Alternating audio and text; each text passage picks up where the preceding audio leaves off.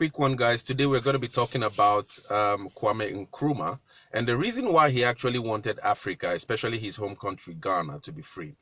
Now, we know Kwame Nkrumah. Those of us who do not know Kwame Nkrumah was an African intellectual who actually was born in Nkrumah, Ghana in 1909 and actually died in 1972 in Bucharest, Romania.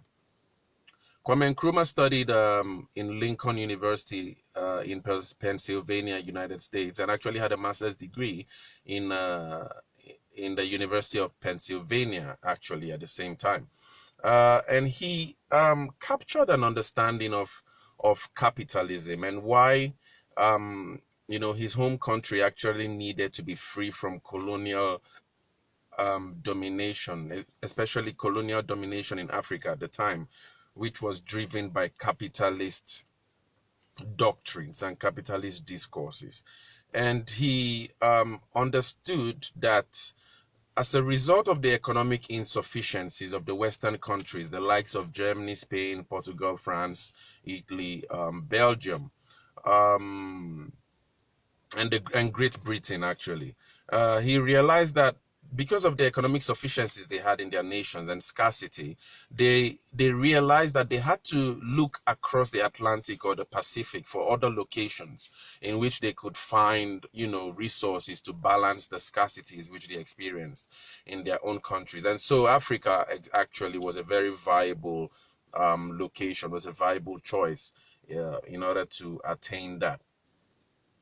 And Kwame Nkrumah discovered that capitalism as a system of exploitation, or as a system in itself for conducting business, had a really flawed, porous contradiction, especially when understanding it from a Marxist-Leninist doctrine or a Marxist-Leninist discourse. So according to the capitalist producer, the labor in itself is actually a part of the producer's cost when calculating on the balance sheet. In other words, when the capitalist producer calculates the tractors and the factories and all those expenses in trying to the production cost in order to achieve or produce a product to be sold, labor actually is calculated as part of those costs, you see. And so in order to raise profits, the wages, the income which represents parts of the wages to be paid to the laborers or the workers, so to speak, actually needed to be reduced so that profits could be increased.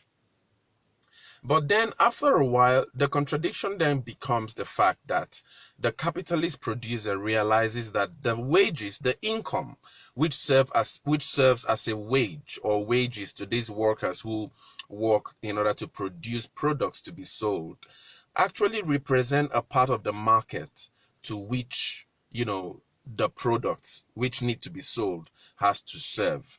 So while paying the wages to the workers actually also need the products which they produce. And so in order to get the products they produce, they need to use the wages to buy the very products which they are producing. And so when the wages are low and the workers are unable to afford the products which they produce in this whole capitalist system, then the capitalist producer runs at a loss. And so as a result of that fact, he encounters really large losses, which then requires him to raise the salaries or the wages of these workers in order to be able to afford the products which the system produces. Now, in the Western countries, for example, this was a major problem, because then how do you subsidize the wages or reduce the wages and increase profits? And especially knowing fully well that capitalism is actually a very competitive system, you see. So a big solution, a very viable solution was then to, create these colonies where the goal wasn't really to set up industries that would compete with the home industries in such a way that the same wages would need to be increased and expanded, and then cause the same problems of the same contradictions where the workers have to earn enough to be able to produce, to be able to consume the very products which they produce. And at the end of the day, end up in causing losses to the capitalist producer. But then the goal in the colonies was to allow the colonies serve as zones for the to acquire raw materials, basically.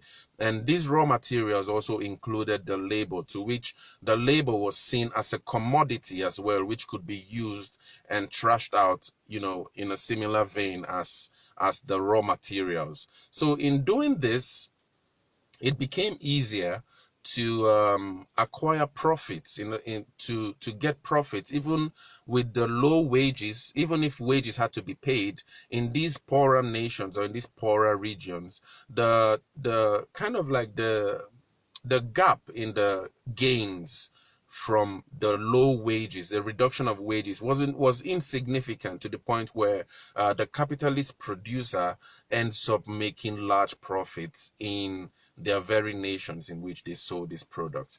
And so Kwame Nkrumah realized that even though there were certain regions in Africa which had a very perfectly functioning system, take, for example, Lagos. If you look at the videos and pictures of Lagos in 1940s or 1950s, there are really some really impressive videos of Lagos, where Lagos had this really magnificent aura, so to speak. The people were well dressed. The industries and the factories were functioning at high capacity as well. And then you would wonder why. I know many Nigerians have actually asked for the reason why the colonialists had to leave, because it seems that life was better under colonialism than actually in post-colonialism, when their nations became free. So this was a question Kwame Nkrumah pondered upon a lot. And he realized that because of this contradiction of capitalism, Africa and African nations were, they would be, subdued to the point where they would end up being kind of like raw material acquisition points, without industries, without development, and the people were condemned to work as laborers and serve as a commodity, which can actually be used up and trashed out whenever it was finally used, so to speak. And so he thought that he would begin a revolution, which he actually started in 1947, when he returned from the United Kingdom to the Gold Coast to work with the guys, with the Big Six, according to the literature, and in the party called the United Gold Coast Convention in Ghana in 1947, to start the process of pursuing independence for the nation of Ghana. And after that, there were rivals and all that, in which he had with the people at the time, who really didn't understand his ideas, and especially when he claimed to be a non-denominational Christian and a Marxist socialist.